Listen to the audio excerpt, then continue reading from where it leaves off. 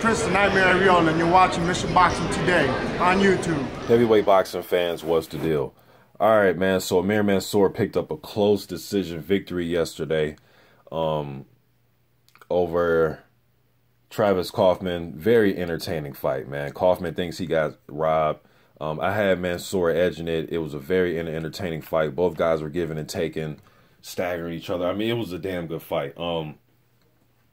Mansour picks up a minor, I believe it was a WBC minor title. And then I saw a Fight Hype interview, man, with Mansour. I believe it was Fight Hype. And he was calling out Wilder. He really wants his shot at Wilder. He was making some really, some valid points, man, about Stavern getting the title shot. You know, I'm going to leave a link to that Fight Hype interview of Mansour because I don't want to twist up his words, man, because he was saying a lot of stuff. And just the passion and, you know, and the things he was saying, they kind of made sense, you know what I mean? But he's saying that the people, whoever the, you know, put together the promoters and all this, they're telling him that he's getting a shot at the title. That's what he keeps saying. Now, I understand that Wilder's getting ready to fight Stavern. I'm just telling you what Amir Mansour said.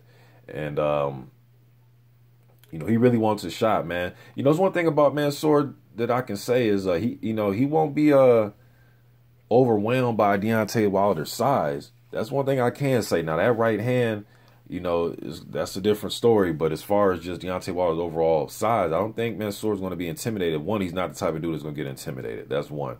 And two, he's fought Jared Washington. He's fought Dominic Brazil.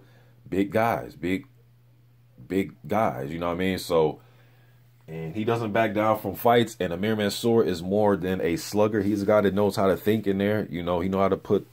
that dude's pretty smart dude, man. He knows when to jab and when to think. I've seen him doing it in fights, you know. Then I've seen him be just straight aggressive, relentless in fights too. You know what I mean? So he can mix it up, man.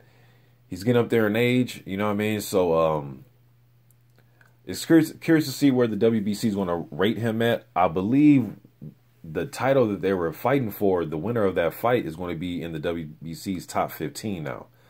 So we'll see when the rankings get refreshed. I believe that's how it was going to go. So we'll see what they do with Amir Mansour. You know, we'll see if they put him in another eliminator type of fight or where they're going to place him. You know what I mean? Now, if we look at the WBC rankings, we understand, like I said, Stavern's the one that's supposed to get this fight with Wilder in the rematch.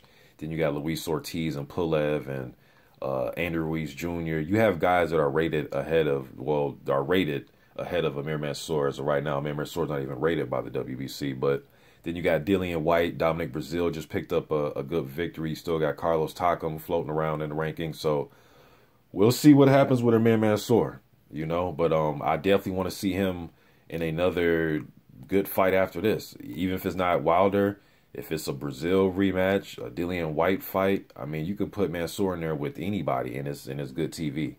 You know what I mean? And then another fight that took place that I want to talk about is ADRIAN Granat, the 14-0 prospect, Swedish prospect, man. He gets shocked in the first round. Alexander Dimitrenko, yes, Alexander Dimitrenko, you guys probably last seen him when he fought Joseph Parker, man. He got stopped. Then he had a fight last month, a little stay busy fight against a guy that had 2 wins and 28 losses. It was actually a rematch. He actually fought the guy before. But Dimitrenko, man, lands a right hand on Granat. He goes down. I'm going to leave the fight in the description box. He hits Granat with a right hand. Granat, he gets up. He gets hit with some more volley of punches. He goes down again. He was just out of it, man. Even when he was down, he was trying to, it's like he just got counted out. It was if like his mind wasn't all the way there, man. You know, he really got shook up from those knockdowns. He never really recovered from that first right hand. That's all it takes. That's the heavyweight division right there in a nutshell, man. You have a rising prospect that, including myself and other fans, you know, thought that, hey, man, this kid could probably, you know, make some noise. And it's just one loss, but it's a first round crushing knockout loss. So I'm going to, you know, it's going to be curious to see how Granat bounces back, man. He can still learn. He's only, I think, 25 years old. So, you know what I mean? But that's the heavyweights, man. You have another guy in there that's the same size as you. You know, all it takes is one good right hand. That's all it takes. You know, not really much to take away from the fight. I mean, from what I seen, Dimitrenko came out, you know, pawing with the jab. They got tied up a few times.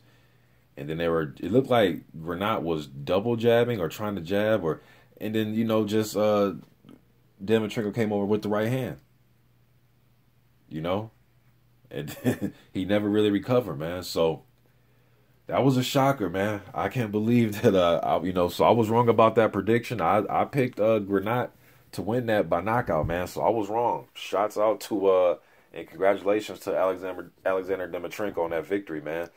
He picks up this victory, and I believe this was for the IBF Intercontinental title. So maybe he can, you know, get another good fight, maybe get an IBF ranking. Yeah, because I thought if Granat won, he would get an IBF ranking.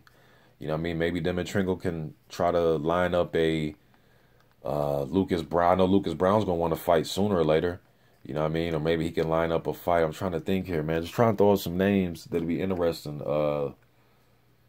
Let me see here. Robert Helenius, probably. Derek Chisora still floating around. I mean, there's some options out there for him. You know what I mean? But congratulations, though, man, to Dimitrenko and Amir Mansour. I'm out.